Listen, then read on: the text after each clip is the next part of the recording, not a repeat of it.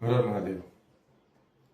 મારા એક વિડીયો પ્રમાણે મેં કહ્યું હતું કે હમણાં વોટ ચોરીનો ટોપિક બહુ વધારે ઉપડી રહ્યો છે। એ બધી વસ્તુ સાઈડમાં રાખી હતો। કોઈ પણ એક્શન લીગલ લેવામાં આવ્યું નથી।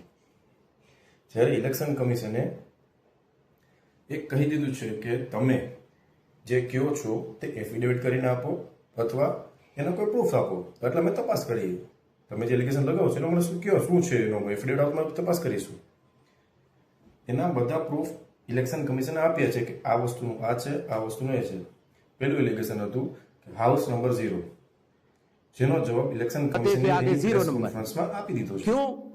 बराबर है, એમાં કોઈ બીજું મતલબ क्योंकि નથી। पंचायत જે વિડીયો નીચે આપી म्यूनिसिपैलिटी દઈશ તમે जिस જોઈ घर લેજો। में वो रहते हैं उन्होंने उनका બીજું नंबर लिया। એલિગેશન એ આદિત્ય શ્રીવાસ્તવ વાળું, शहरों में એનો પણ જવાબ પબ્લિકલી અનાઉન્સ થઈ ગયો છે। કમિશને આપી દીધું છે કે આમાં આ ઇસ્યુ છે, તમે ખોટા પબ્લિકને ગેરમાર્ગે દોરો છો। બીજું એમાં કોઈ છે નહીં। અત્યારે ઇલેક્શન કમિશને ચોખ્ખું કીધું છે તમે જે કહો છો એ એફિડેવિટ કરીને આપો અથવા તો તે લેખિતમાં આપો, એટલે અમે ઇન્વેસ્ટિગેશન કરશું। તમારે કોઈ વસ્તુ કરવી નથી। મને તો એવું લાગે છે કે આમની જે રિસર્ચ કરવાની ટીમ છે એ કોઈ નાના છોકરા પાસે કરાવી છે, સ્ટુડન્ટને કરાવી છે।